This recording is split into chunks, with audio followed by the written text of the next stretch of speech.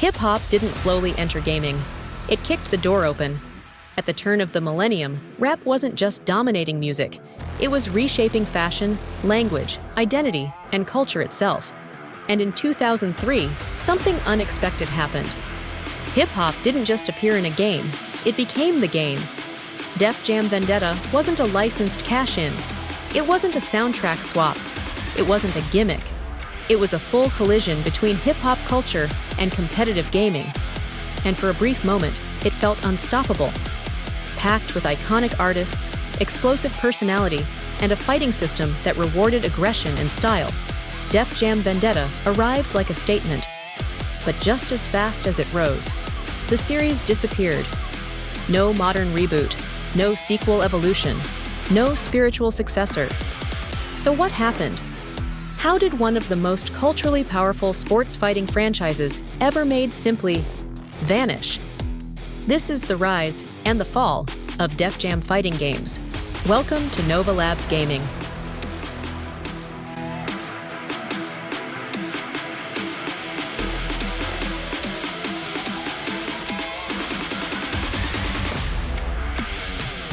Before Def Jam Vendetta, hip-hop's presence in games was fragmented.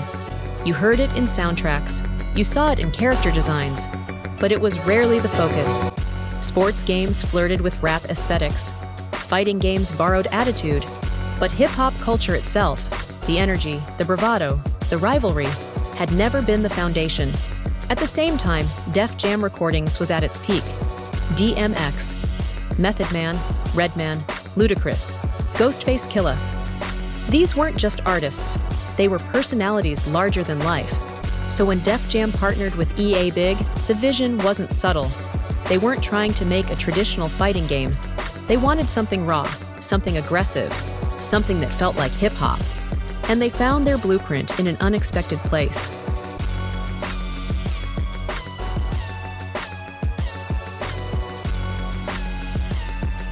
Def Jam Vendetta didn't start from scratch. Under the hood, it was built on the legendary AKI wrestling engine, the same foundation behind WCW/NWO Revenge and WWF No Mercy. At the time, the AKI engine was known for one thing above all else: feel. Every action carried momentum. Every position on the screen mattered. Every mistake could shift control of the match. That mattered because street fights aren't about long combo strings. They're about leverage, timing, space. The AKI engine emphasized fundamentals: momentum, where advantage builds and swings naturally; positioning, where corners and angles matter; impact, where hits feel deliberate instead of disposable; crowd control, where the environment reacts to dominance. This made it perfect for translating street combat into something playable, not by mimicking real fights, but by capturing how they feel. Grabs felt heavy because they were supposed to. Slams felt final because they often ended momentum entirely. Finishers didn't come quickly. They came when you had earned control of the fight. This wasn't a fighting game about mastery through memorization. It was about dominance through presence.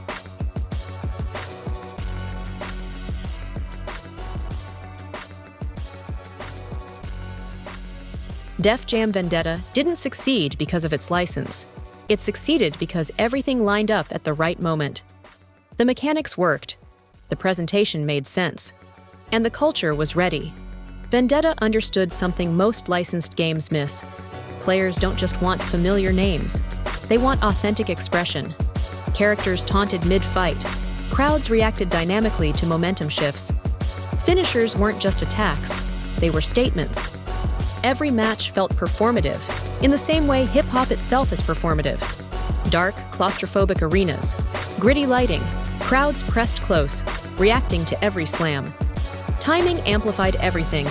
In the early 2000s, hip-hop wasn't niche, but it still felt dangerous. It hadn't been fully smoothed out yet. Artists still carried mystique. Personalities still mattered. EA Big's influence mattered here too. This was an era where style-driven games thrived. Games weren't afraid to be loud, aggressive, and imperfect, as long as they felt confident. Vendetta fit right into that moment. You didn't play Def Jam Vendetta the same way you played other fighters. You performed in it.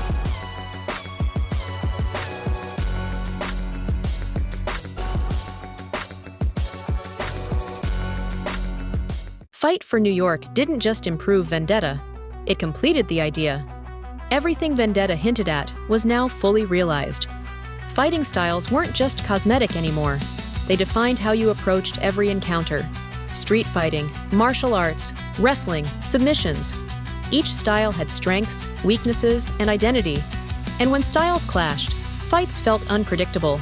The environments became weapons themselves. Subway platforms, barbershops, nightclubs, back alleys. Players weren't just fighting in New York. They were fighting with it. Walls mattered. Crowds mattered. Positioning mattered more than ever. Customization deepened the connection. Players shaped their fighters' look, build, and attitude. Clothing wasn't just fashion, it was expression. Stats were earned, not handed out. You weren't selecting a character, you were building one. And then there was the story. Fully voiced, cinematic, structured like a hip-hop rise narrative. You start unknown, you earn respect, you clash with icons, you take territory. It mirrored the real-world mythology of rap itself. By the time Fight for New York released, Def Jam felt mature. To this day, Fight for NY is still cited as one of the greatest licensed fighting games ever made. Not because it had the biggest budget, but because it understood its source material better than anyone expected.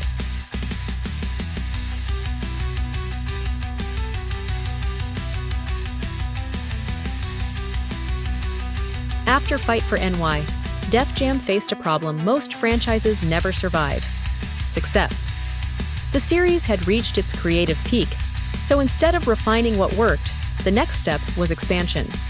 Bigger presentation, bigger ambition, bigger spectacle. That's where Def Jam Icon enters the picture.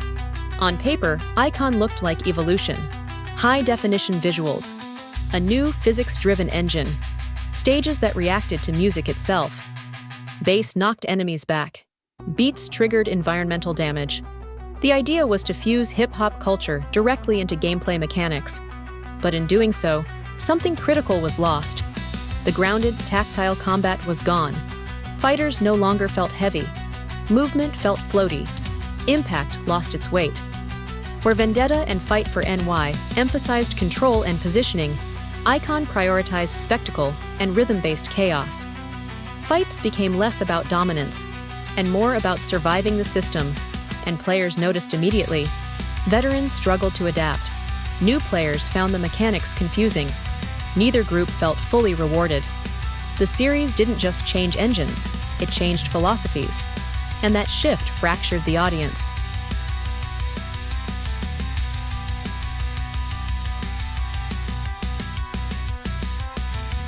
Def Jam didn't disappear because people stopped caring.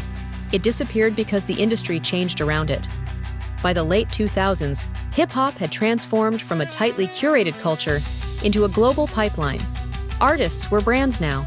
Images were protected. Labels were risk-averse. And Def Jam, the label, wasn't just managing music anymore. They were managing liability. A modern Def Jam fighting game would require dozens of artists to agree to. Violent portrayals, losses on screen, being defeated, humiliated, or caricatured, licensing their likeness long-term.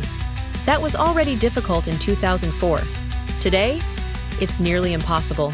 Meanwhile, the games industry moved in a different direction. Fighting games became hyper-competitive. Balance patches replaced personality. Licensing deals favored cosmetics, not characters. There was no place for a game where DMX could throw you off a balcony and the crowd lost its mind. So Def Jam didn't evolve, it fossilized. But here's the thing, the idea of Def Jam never died. You still see it every time fans ask for a remake. Every time Fight for NY clips go viral.